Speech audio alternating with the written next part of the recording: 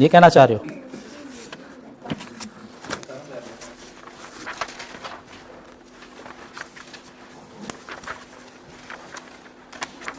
Question 34 का answer 15 point, मेरा तो 6-7% निकला था। आप लोगों को चले सॉल्व किया हो ना आप लोगों ने? कोई ऐसे लोग भी हैं जिन्होंने 34 जिनकी ज़िंदगी में है ही नहीं क्वेश्चन? ऐसा बंदा तो कोई नहीं है। मैं ज्यूम कर रहा हूँ कि सब ने जाके ट्राई किया है। हमें वैक निकालना था ना उसमें, क्वेश्चन 34 में हमें वैक निकालना था, और वैक निकालने के लिए हमें चाहिए थी इक्विटी, और इक्विटी हमें निकालना पड़ी। क्या ख्याल है? इक्विटी हमें निकालना पड़ी और इक्विटी पर शेयर हमारे पास आ गई थी 90.66, और 10,000 शेयर से तो 906818 हमारे पास इक्विटी की वैल्यू आई। ऐसी बात है क्वेश्चन 34 के अंदर। क्वेश्चन 34 के अंदर हमारे पास जो इक्विटी आई वो आई 90.66 पर शेयर, और 10,000 हमारे पास शेयर हैं, तो इक्विटी की वैल्यू कितनी आई? 906,818 कर लो, चलो ठीक है। अब उसके अलावा हमें क्या चाहिए था? उसमें के ई चाहिए था। के ई क्वेश्चन में गिवन था, 16% क्वेश्चन में गिवन था। इसके अलावा उसमें कुछ दो तरह के डेट थे। एक रिडीमेबल डेट था जिसकी हमें मार्केट वैल्यू चाहिए, और वो आई 24355। रिडीमेबल डेट क्या वैल्यू आई? क्या वैल्यू आई? एक बार सॉल्व करा। चलें यहाँ रिडीमेबल डेट देखें क्या था। रिडीमेबल डेट का अगर हम डाटा देखें तो रिडीमेबल डेट का जो डेटा है वो है हमारे पास, रिडीमेबल डेट 10% से है, 25,000 की बुक वैल्यू उसकी आ रही है हमारे पास, और 3 ईयर टाइम पीरियड है। 3 ईयर टाइम पीरियड है, और साथ में टैक्स भी दिया गया। टैक्स नहीं दिया गया था? मैंने कल टैक्स नहीं लिखवाया आप लोगों को? क्वेश्चन 34 में तो ये post tax redeemable debt, post tax K D आपने लिए दोनों के, तो टैक्स भी होना चाहिए था। टैक्स भी लिखें 30%। क्वेश्चन 34 के अंदर आप टैक्स भी लिखें 30%। अब क्वेश्चन को दोबारा से सॉल्व करते हैं। आ जाए। आज लेक्चर नंबर क्या हमारा?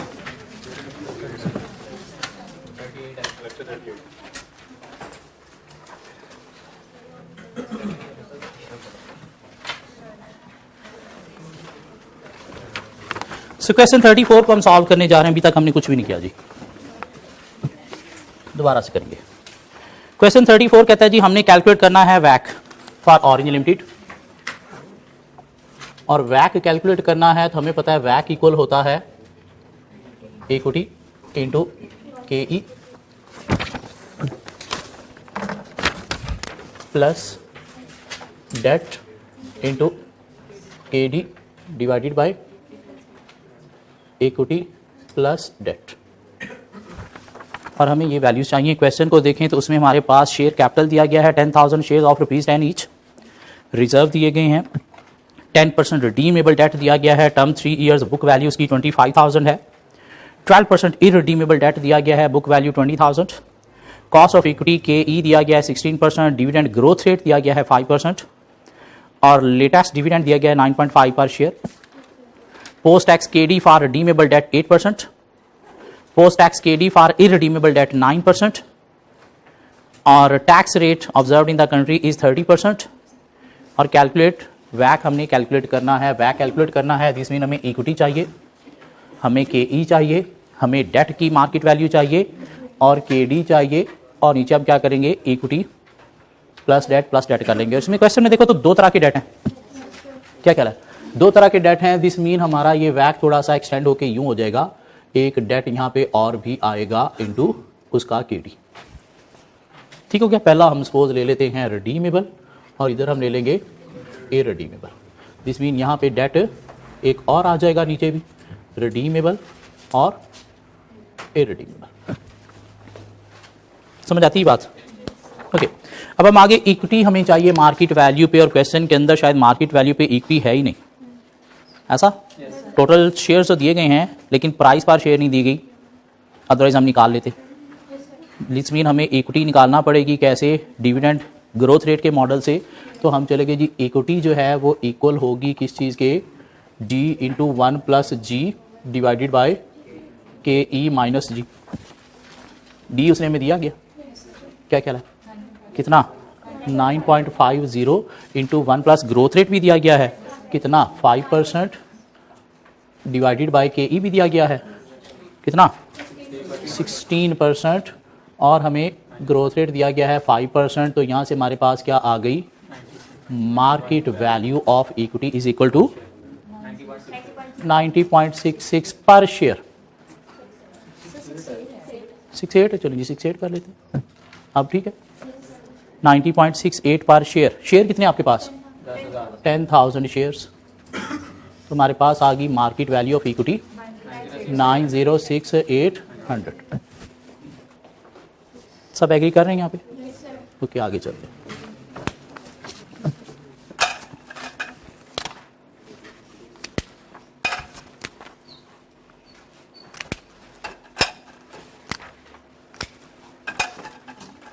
चुन के उन्होंने सारे गंदे मार्कर यहाँ पे रखे हैं और फिर मुझे कहते हैं कि मैं गालियाँ निकालता हूँ इनको जाके। कहते हैं आप एथिक्स पढ़ाते हैं और आप हमें गालियाँ भी निकालते हैं।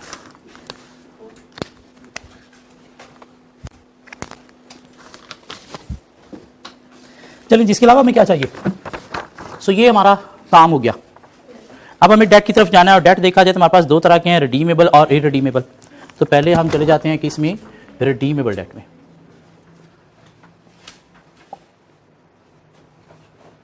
और रिडीमेबल डेट को देखा जाए तो 10% कूपन रेट है। हम फेस वैल्यू 100 एज्यूम करके चलेंगे पूरे सिलेबस में। जब भी डेट की मार्केट वैल्यू निकालना होगी तो हम एक डेट की 100 फेस वैल्यू एज्यूम करके चलेंगे। ठीक हो गया। सो 10% रिडीमेबल डेट हैं, 3 साल हैं। तो हमने क्या किया जी, ईयर 1 है, ईयर 2 है, ईयर 3 है। इंटरेस्ट जो है वो कितना आएगा, 10% coupon rate. Tax saving 3 redemption भी होगी। क्या ख्याल है किस वैल्यू पे, नहीं क्वेश्चन में गिवन, तो 100 से ही रिडम्पशन होगी। नेट हमारे पास आ गया 77107। तो डिस्काउंट फैक्टर दिया गया रिडीमेबल डेट का कितना 8%। तो पीवी निकाल लेंगे एट 8%। कैसे निकलेगी जी, 7 into 1 minus 1.08 raise to power -3 divided by 0.08 plus कर देंगे क्या 100 divided by 1.08 raise to power 3। तो प्लीज़ मुझे मार्केट वैल्यू ऑफ डेट दे देंगे 97.42। दिस मीन हर 100 वाले की मार्केट वैल्यू कितनी है 97.42। हर 100 वाले की मार्केट वैल्यू है 97.42। तो हमारे पास बुक वैल्यू है कितनी, सो मार्केट वैल्यू जो है वो कैसे निकलेगी 25,000, और हर 100 वाले की मार्केट वैल्यू है 97.42। तो प्लीज़ मुझे मार्केट वैल्यू ऑफ डेट दे देंगे कितनी 24355।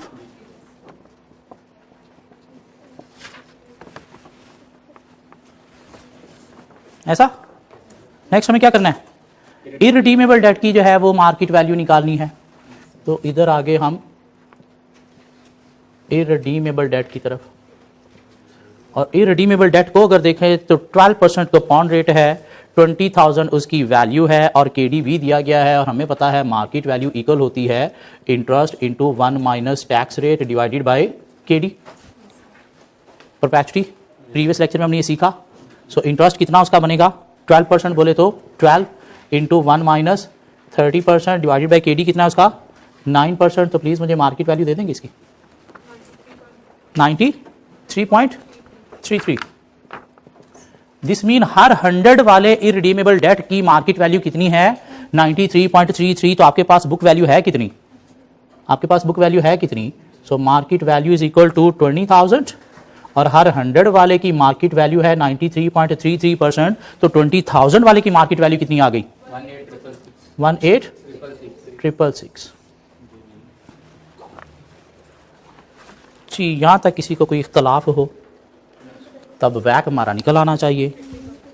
कैसे निकलना चाहिए, हमारे पास जो है वो इक्विटी आ गई कितनी 906,800। कॉस्ट ऑफ इक्विटी हमारे पास क्वेश्चन में गिवन है कितनी 16%, प्लस डेट हमारे पास एक आ गया 24,355 और इसकी केडी हमारे पास है क्वेश्चन में कितनी 8%, प्लस दूसरा डेट हमारे पास है 18,666 और इसकी केडी हमारे पास है 9%, डिवाइडेड बाय 906,800 प्लस 24,355 प्लस 18,666, तो व्हाट इज वैक 15.66%।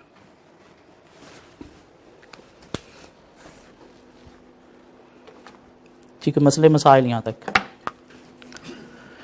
कुछ चीज़ समझ आती हो, यहाँ तक नहीं समझ आती बस अल्लाह ही हाफिज़ है फिर आप लोगों का। चलें अब एक नई गेम शुरू करते हैं, वैक का आखिरी टॉपिक, उसके बाद वैक हमारा ख़त्म। एसी बंद कर दो, एसी बंद कर दो यार, बंदे मर जाएंगे, क्या हो गया? बिजली भी बचाओ अपनी, पैसे भी बचेंगे।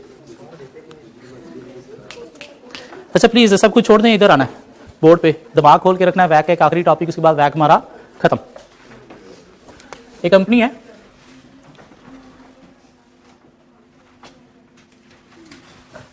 जिसकी सपोज सेल है 200, कॉस्ट ऑफ सेल है सपोज 100, तो कंपनी के पास क्या आ गया, जीपी आ गया 100 का, ठीक हो गया। कंपनी के ऑपरेटिंग एक्सपेंसेस हैं सपोज 40 के, तो आपके पास आ गया प्रॉफिट बिफोर टैक्स कितना 60। कंपनी इस पे सपोज जो है वो टैक्स पे कर रही है, कितना पे कर रही है, सपोज 15 पे कर रही है, तो आपके पास प्रॉफिट आफ्टर टैक्स जो है वो आ गया कितना 45 का, ठीक हो। इस कंपनी से जो इन्वेस्टर्स हैं मीन शेयर होल्डर हैं, कंपनी का कोई डेट तो है नहीं ना, क्या है डेट? नहीं, डेट होता तो यहाँ पे कोई इंटरेस्ट एक्सपेंस भी होता ना। शेयर होल्डर कंपनी से रिक्वायर कर रहे हैं सपोज कितना 14%, ये एक सिचुएशन है, ठीक हो गया। कंपनी को थोड़े पैसों की जरूरत थी, कंपनी ने सोचा डेट ले लेते हैं, तो कंपनी ने डेट लोन ले लिया, ठीक हो गया। तो सूरत में सिनेरियो क्या बनेगा कि सेल जो है वो कितनी है 200, कॉस्ट ऑफ सेल जो है वो कितनी है 100, तो आपके पास जो जीपी आ गया वो आ गया 100 का, आपके जो ऑपरेटिंग एक्सपेंसेस हैं वो हैं सपोज 40, तो आपके पास जो है वो 60 आ गया profit before interest and tax. Company ने क्या किया, वो जो लोन लिया उस पर कुछ इंटरेस्ट भी पे किया कितना 15 का, तो आपके पास आ गया प्रॉफिट बिफोर टैक्स कितना 45 का। कंपनी ने सपोज टैक्स पे किया 15 का, तो आपके पास प्रॉफिट आफ्टर टैक्स जो आ गया कितना 30 का, ठीक हो गया। ऐसा ऑब्वियसली ये जब आपका प्रॉफिट बिफोर टैक्स कम है तो टैक्स भी कम हुआ होगा। पहले 45 प्रॉफिट आफ्टर टैक्स आ रहा था, अब इंटरेस्ट की वजह से 30 हो गया। दिस मीन आप जो शेयर होल्डर को डिविडेंड दे रहे थे सपोज 35 कर लो, 35 कर लो, आप पहले जो शेयर होल्डर को डिविडेंड दे रहे थे वो 45 से दे रहे थे, अब शेयर होल्डर को जो डिविडेंड दोगे वो कहाँ से दोगे 35 से। अगर डिविडेंड की परसेंटेज सपोज फिक्स है कि हम प्रॉफिट का सपोज 40% डिविडेंड देते हैं, 60% रिटेन करते हैं, तो पहले आप इसका 40% डिविडेंड दे रहे थे, सपोज बन रहा था 15 रुपये, अब आपने इसका 40% डिविडेंड देना है, सपोज बनेगा 11 रुपये। शेयर होल्डर खप डाल देगा, खप डाल देगा ना, क्या कहला है, क्यों मेरा डिविडेंड कम हो गया। और जैसे ही आप ये हरकत करने जाओगे तो शेयर होल्डर कहेगा देखो आप हराम खिलाने जा रहे हो, क्या करने जा रहे हो, हराम खिलाने जा रहे हो, तो थोड़ा रिटर्न फिर हमें भी दो ना। हाँ क्या कह रहा, थोड़ा रिटर्न हमें भी दो। शेयर होल्डर क्या करेगा, अपना केई जो है वो इंक्रीज कर देगा, सपोज कहेगा जी मुझे 16% चाहिए। क्यों इंक्रीज हुआ केई, क्योंकि कंपनी अब मोर रिस्की हो गई है। रिस्की कैसे हो गई है, कंपनी ने लोन लिया है जिसके ऊपर कंपनी इंटरेस्ट पे कर रही है, और इंटरेस्ट पे कर रही है तो इससे कंपनी की फाइनेंशियल मैनेजमेंट जो है वो थोड़ी डिफिकल्ट हो जाएगी ना। क्या कह रहा है कि आपको अपने पैसे बाद में, पहले आपको ये पूरा करना है, अपने खर्चे बाद में, पहले आपको ये पूरा करना है। क्यों, ये देना ही देना है आपने, आपको प्रॉफिट हो रहा है चाहे लॉस हो रहा है, ये आपने देना ही देना है। और जैसे ही कंपनी डेट की तरफ जाती है, लोन की तरफ जाती है, तो उससे क्या होता है, फाइनेंशियल रिस्क अराइज होता है। कौन सा रिस्क अराइज होता है, फाइनेंशियल रिस्क अराइज होता है। और जब फाइनेंशियल रिस्क कंपनी में अराइज होता है तो शेयर होल्डर जो है वो क्या करता है, अपना रिटर्न बढ़ा देता है। क्यों, शेयर होल्डर इन्वेस्टमेंट करते वक्त ऐसी कंपनी जहां पे रिस्क कम हो वहां पे रिटर्न कम पे भी गुजारा कर लेगा, लेकिन अगर रिस्क ज्यादा है तो शेयर होल्डर फिर क्या करेगा, रिटर्न ज्यादा रिक्वायर करेगा। क्यों, higher the risk higher the return होता है। इधर कंपनी लोन नहीं ले रही थी तो ठीक है, प्रॉफिट अच्छा खासा हो रहा था जहां से शेयर होल्डर को डिविडेंड मिल रहा था, लेकिन अब कंपनी लोन की तरफ गई है तो एक तो फाइनेंशियल रिस्क इंक्रीज हुआ है और दूसरा उनका डिविडेंड भी तो अब कम हो जाएगा ना। अगर आप परसेंटेज से डिविडेंड दे रहे थे रिटेंशन रेशो के अकॉर्डिंगली, तो सूरत में शेयर होल्डर क्या करेगा, आपसे 2% ज्यादा रिक्वायर करना शुरू कर देगा। दिस मीन कंपनी का जब फाइनेंशियल रिस्क इंक्रीज होता है तो शेयर होल्डर ज्यादा रिटर्न रिक्वायर करना शुरू कर देता है। ठीक हो गया। फाइनेंशियल रिस्क किसकी वजह से है, लोन की सूरत में, डेट की सूरत में जो आपका इंटरेस्ट एक्सपेंस आ रहा है। क्यों, इससे कंपनी जो है वो हाई रिस्क ही हो गई है। क्यों, लोन लेने से कंपनी की गेयरिंग भी हाई हो गई है। गेयरिंग क्या होती है, डेट ओवर इक्विटी। तो डेट अगर बढ़ गया तो गेयरिंग बढ़ गई।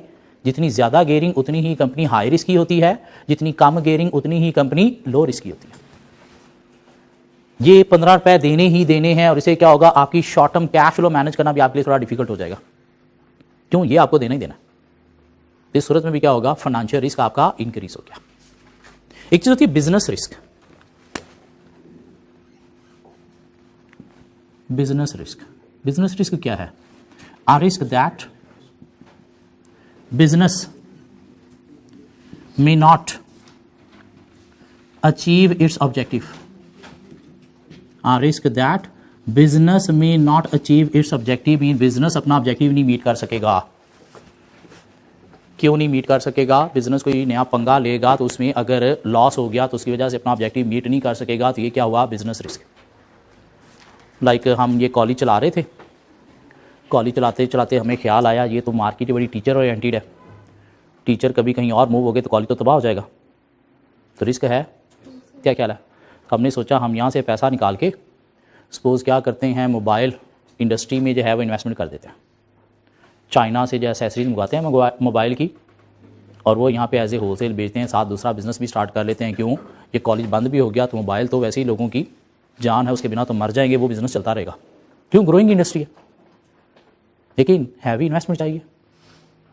चाइना से माल ना आया, कोरोना आ गया बीच में, रास्ते में अटक गया तो आपकी इन्वेस्टमेंट अटक गई, हो सकता है रिकवरी ना हो।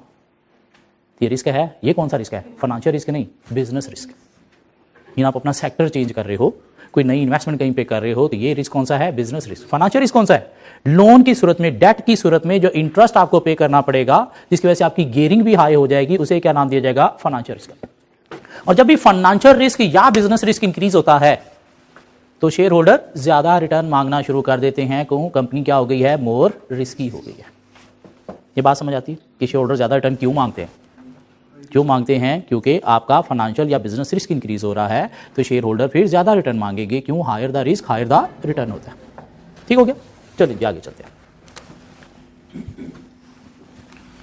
एक एग्जांपल है हमारे पास, सपोज एक कंपनी का डेट जो है वो है 0, उसकी इक्विटी जो है वो है सपोज 100, और कंपनी की जो KE है वो है सपोज 13%। मुझे वैक बता देंगे क्या होगा,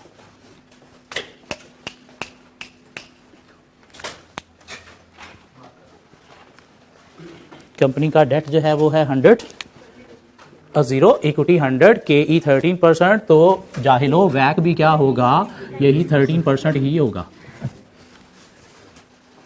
क्या ख्याल है, 100 ऊपर भी 100 नीचे भी है तो कैंसिल हो गया, पीछे रह क्या गया, मल्टीप्लाई बाय 13%, यही नहीं हुआ। क्या ख्याल है, हाँ। कंपनी ने सोचा थोड़ा लोन ले लेते हैं, तो कंपनी ने कोई डेट भी ले लिया, कितना, सपोज 30 का, इक्विटी जो है वो है हमारे पास सपोज 100 ही, KD जो है वो है हमारे पास 10%, KE है सपोज हमारे पास 20%। तो आप प्लीज़ मुझे वैक दे देंगे क्या होगा,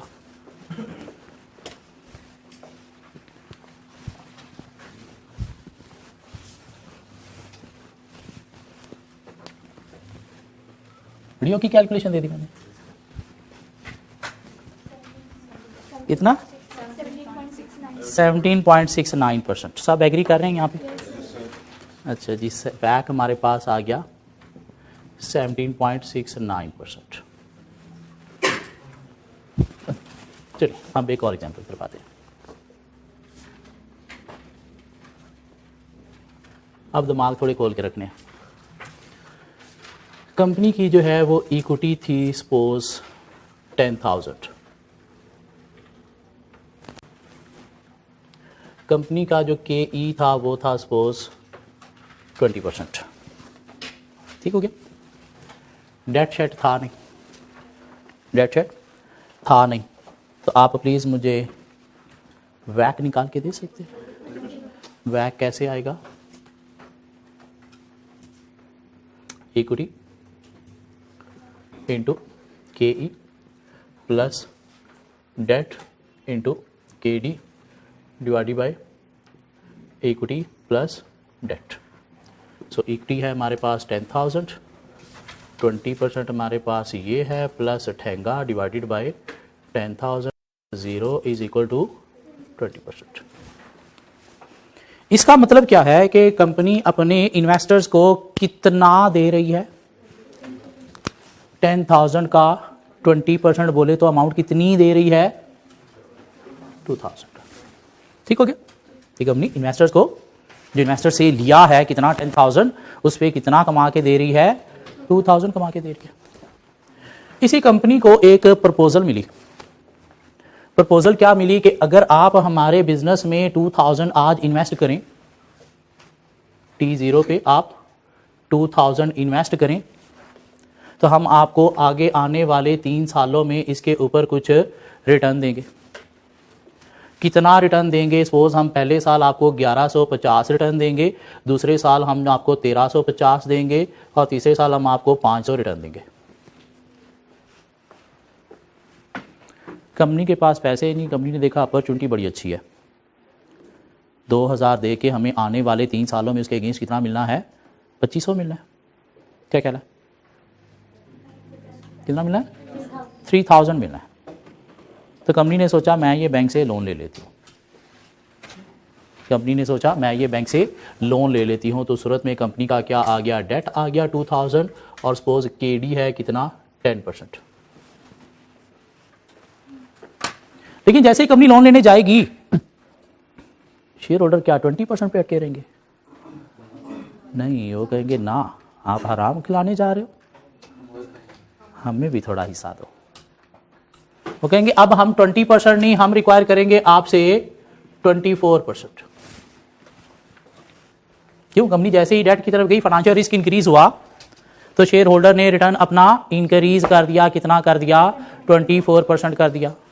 तो दिस मीन अब हमें जो वैक कैलकुलेट करना पड़ेगा वो नया कैलकुलेट करना पड़ेगा।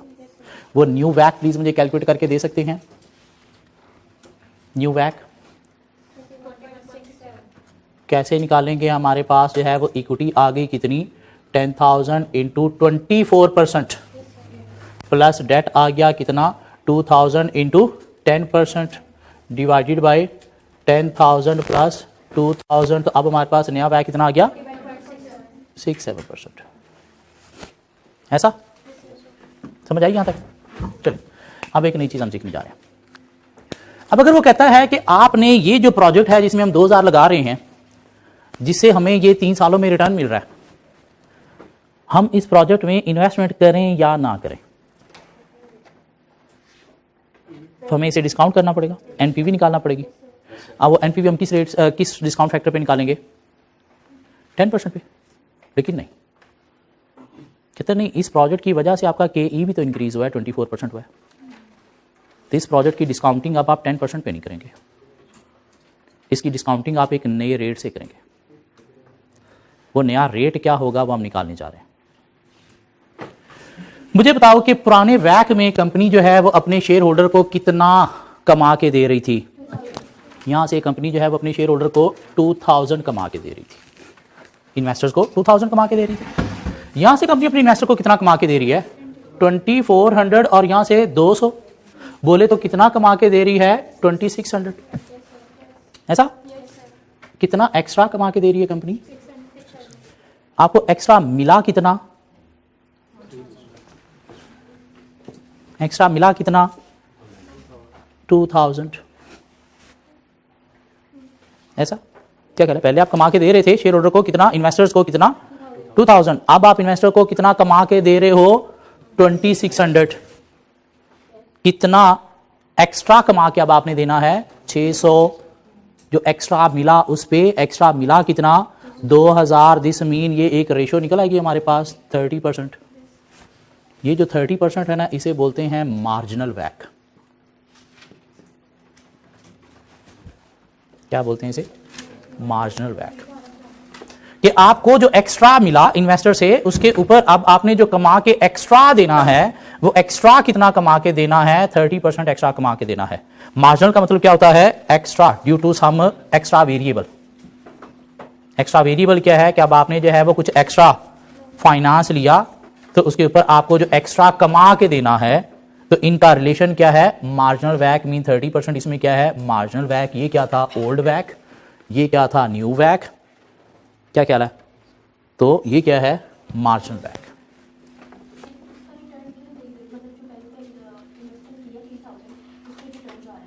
आपने अपने जिनसे आपने फाइनेंस लिया उनको कितना देना है, अभी वो जो आना है वो अलग बात है।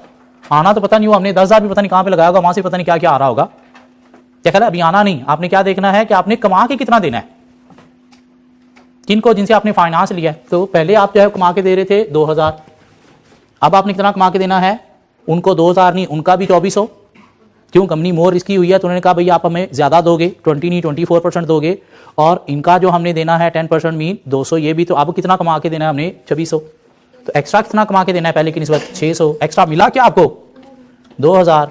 तो ये क्या एक रेशो निकला 30%। ये क्या है, मार्जिनल वैक।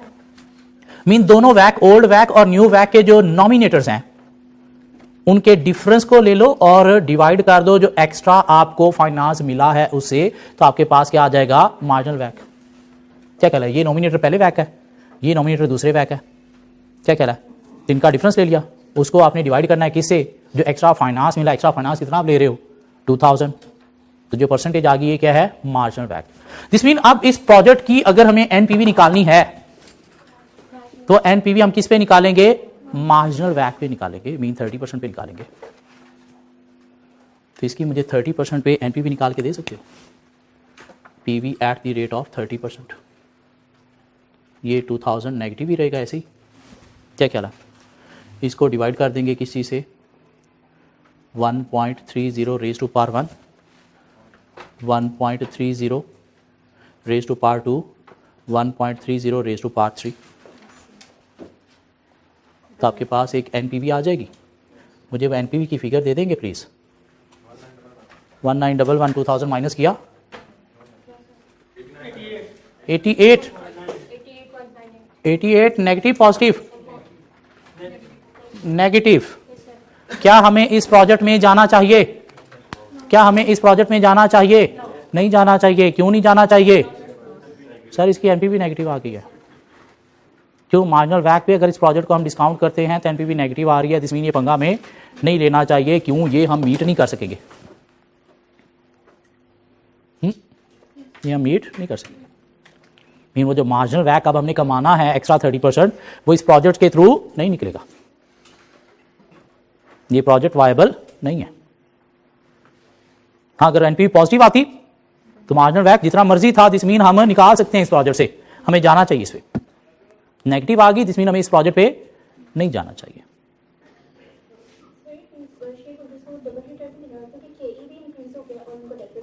डेट शेयर होल्डर नहीं होता, डेट होल्डर होता है बैंक। लेकिन हम बिजनेस के पॉइंट से डिसीजन ले रहे हैं कि क्या इस प्रोजेक्ट में हमें 2000 नया लेके जाना चाहिए, जब शेयर होल्डर ने केईबी 20 की बजाय 24% कर दिया, तो वो हमने डिसीजन लिया कि नहीं एनपीवी नेगेटिव आई है, हमें इस प्रोजेक्ट में नहीं जाना चाहिए।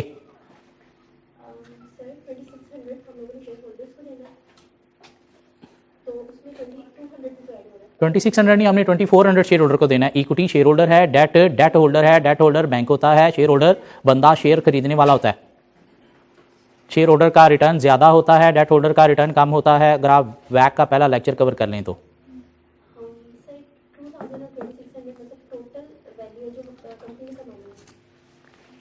मीन आप पहले इतना जब डेट नहीं था तो इन्वेस्टर्स को, शेयर होल्डर, डेट होल्डर को इतना कमा के दे रहे थे।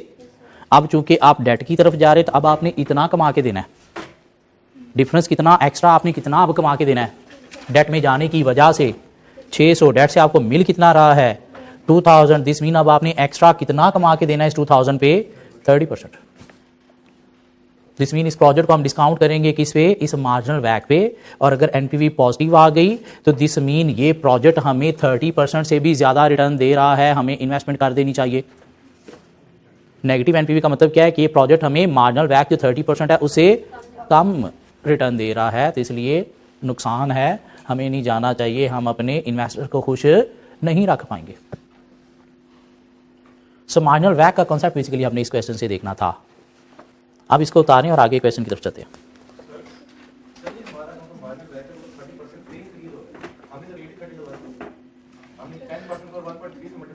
हम ये जो हम जा रहे हैं नए प्रोजेक्ट में लोन लेके, तो हमने देखना है हमें इस प्रोजेक्ट में जाना चाहिए या नहीं जाना चाहिए। कैसे देखेंगे, किसी रेट पे डिस्काउंट अप्लाई करके एनपीवी निकालेंगे। वो जो रेट है वो कौन सा रेट होगा, मार्जिनल वैक। क्यों, अब मार्केट रेट मीन आप वो 10% जो केडी रेट है उस पर नहीं निकालोगे। क्यों, आपका केई भी चेंज हुआ है, तो केई भी चेंज हुआ है, तो अब आपने किस रेट पे डिस्काउंटिंग करनी है, मार्जिनल वैक रेट पे डिस्काउंटिंग करनी है। और मार्जिनल वैक होता क्या है, वैक कैसे निकलता है, वो हमने निकालना सीखा बस। अब ये क्वेश्चन करते हैं और दिमाग क्लियर हो जाएगा। क्वेश्चन नंबर 35 आपके पास है, ये ना कहना नहीं है। चलिए मैं दे देता हूं।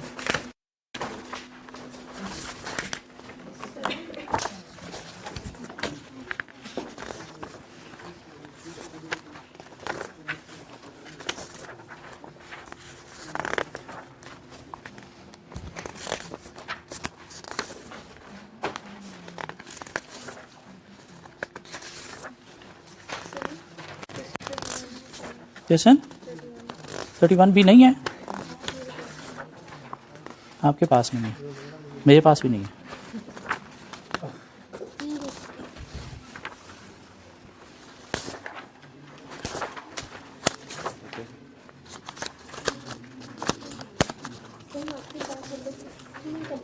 इसलिए कैलकुलेट करते हैं कि अगर हमारा केई चेंज हो गया, केई चेंज हो गया किसी फाइनेंशियल रिस्क के इंक्रीज होने की वजह से, तो इसलिए हमें क्या करना है, मार्जिनल वैक कैलकुलेट करना है। क्यों कैलकुलेट करना है, ताकि वो जो नया प्रोजेक्ट जिसकी वजह से केई चेंज हुआ उसकी डिस्काउंटिंग हम कर सके किसी रेट से।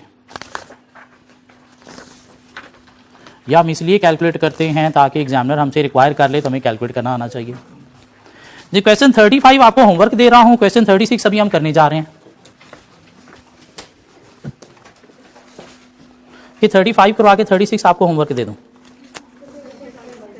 चलें 36 आपका होमवर्क है, 35 मैं करवा देता हूं। मार्जिनल वैक समझ आ गया ना, तब 36 आपको करके आओगे ना कल। क्या कहला, एक क्वेश्चन मैंने करवा दिया ना, तो एक आप करके आओगे। क्वेश्चन 35 कहता है लीची limited has the following details.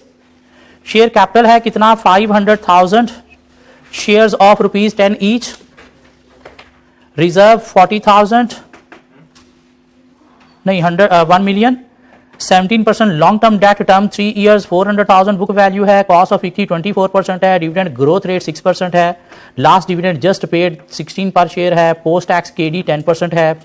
Tax rate observed in the country is 30%। Required calculate वैक फॉर द लीची लिमिटेड, तो 34 ही था ये, बल्कि 34 ज्यादा होगा, तो उसमें 2 डेट थे, इसमें तो डेट ही एक है। जल्दी से इसका वैक निकाल के दे दो मुझे।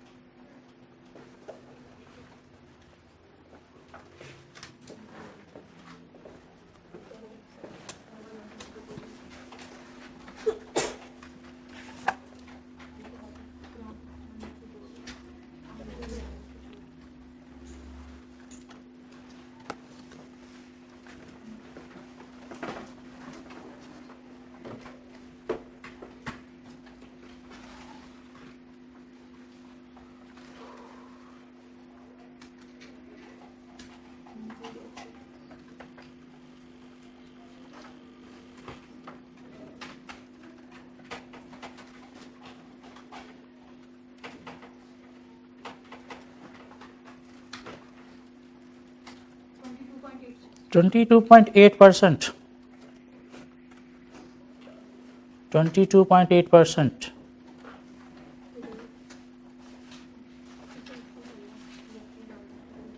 क्वेश्चन 35 का आंसर है 22.8%.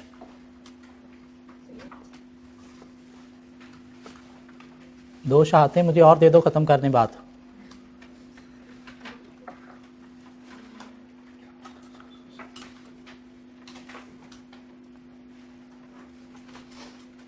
या दो लोग वैसे ही शहीद कर दें. 22.8%.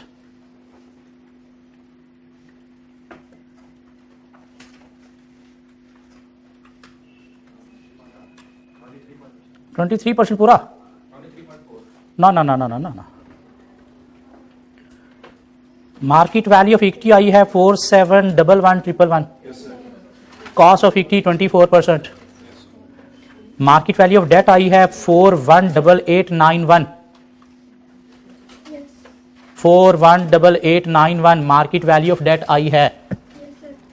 और केडी आपके पास 10% दिया गया.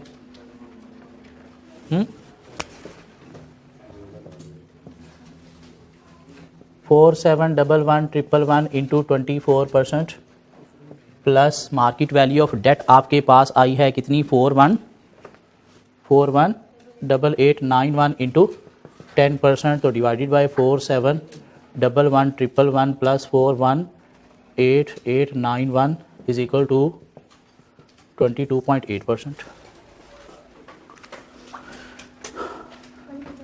डेट में आपने इंटरेस्ट लेना है 17%, 3 ईयर्स का. टैक्स है 30%, 5.1. फेस वैल्यू आपने 100 एज्यूम की. रिडम्पशन वैल्यू नहीं दी गई तो रिडम्पशन वैल्यू एज्यूम करेंगे 100. क्या ख्याल है?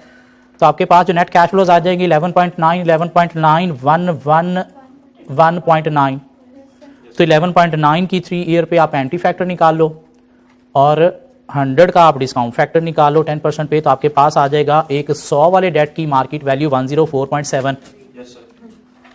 तो आपके पास बुक वैल्यू कितनी है 400,000. तो आपके पास मार्केट वैल्यू ऑफ डेट आ जाएगी कितनी 418891.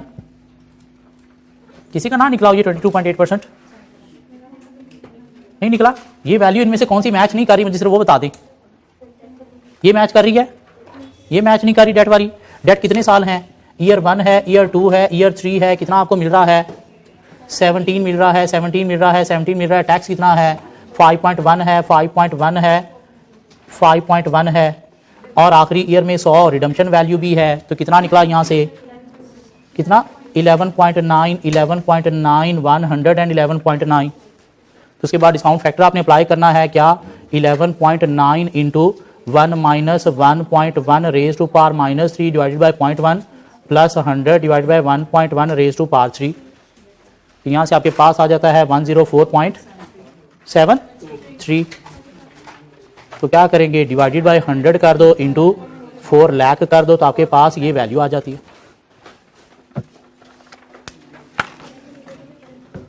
क्या ख्याल है? क्वेश्चन 36 आपका होमवर्क है. क्वेश्चन 36 होमवर्क है. उसकी कुछ 4 रिक्वायरमेंट्स हैं. और सुना है आज आप लोगों का कोई टेस्ट भी हो रहा है.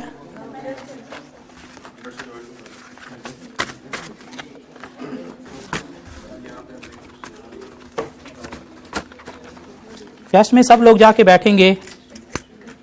अगर आज क्लास पढ़ ली है तो टेस्ट आपके लिए औखा नहीं होगा. अगर आज क्लास के जितने क्वेश्चन किए हैं वो समझ आ गए हैं तो टेस्ट औखा नहीं होगा.